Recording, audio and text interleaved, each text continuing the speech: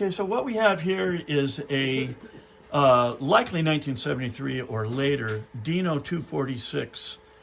Oh no, so 1973 or earlier, and that's an important aspect. Dino variable speed wiper motor. It's variable speed because inside this motor are two field windings. One field is either increased or decreased in voltage through a 75 ohm resistor, the original looking like this, which we have many times replaced with a good ohmite resistor and modified it to have the same threaded collar and what have you. Either way, you need a good 0 to 75 ohm resistor. And this right here is the Park circuit clock motor that realizes at what position the wiper arm is in.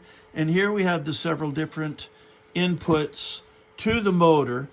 And because this is a dual field arrangement, I'm going to have Matt explain to you what each one of these wires does and what you'll need to provide to them in order to operate this motor as both a variable speed and a Park circuit motor. So one of the fields operates variable speed, the other field operates the Park circuit. And Matt, if you'll describe the color coding on these wires and what each wire does. All right, so first of all, because this is variable speed, it's going to be a two-position switch on the column, one being off and one being variable speed when you can adjust the rheostat to change the speed. So this blue with black stripe wire here is going to have constant power. And that's always going to be powered because the clock circuit will break that power internally here. So it will stop working when those points open, even if it has power there all the time. This blue wire is powered when you turn the switch on. So that will be from the column switch.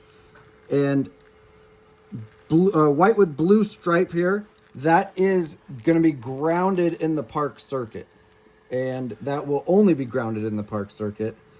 In other words, anytime you turn the switch off on the column, it becomes grounded. Yeah, exactly, yes. Okay. This gray wire goes to the rheostat. Again, yours will likely look more like this. And the other side of the rheostat will be grounded. And that's all the wires on here. Oh, there is a black wire on here, which is ground as well. That is always grounded. Okay, so let's just operate it momentarily here and show how the variable resistance to ground changes the speed of the motor. Okay, so I'm going to put power to the blue. And now we have slow speed here because this resistor is set to 0 ohms right now. And as we increase the resistance, it will increase the speed of the wipers. Increasing the resistance weakens the field and makes the motor run faster. Okay, great. Now, I don't know, how can we demonstrate Park here? We can, but it can't go directly to Park. Let me see here. First, let's remove that. And actually, so there it is parking. It stops on its own, even though you still have power going to it. Then I move it to a new position, and it will come back and stop at the same point every time. All right. Now, there's a tiny bit of coast after the power has been released from this. That has to do with the momentum of the armature turning and still turning the mechanism. So a final adjustment to assure that Park is in the correct position on the vehicle would be, one, to test it, pull the wipers off the windshield so that it doesn't overcenter. And if necessary, to adjust the Park, we would adjust by removing the linkage nut here and then changing its spline position on the shaft to achieve ideal Park. And of course, concentrically through the center of the armature, there is the end of the driving motor here, which goes to a thread-on cable mechanism to the wiper on the other side.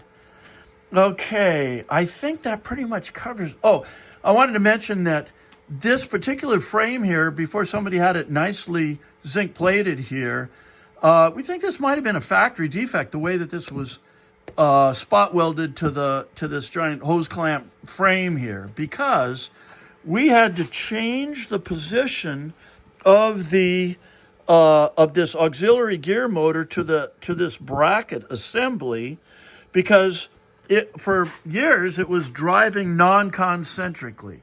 We have replaced washers on the back side of this clock motor gearbox assembly and got it to align straight through because it simply was overburdening the motor before that. This has a brand new wound armature in it from Urton down in Southern California, and the fields were in excellent shape as they were. The armature just burned out. Now, additionally, this park circuit mechanism here, for some reason, was melted and burned through. We have replaced the contacts in the mechanism here. This is getting to be a long video, but long story short, it all works. It's all fine. I hope that this will help you in understanding how the unit was properly wired to function. Okay, we'll send some diagrams as well. Thank you.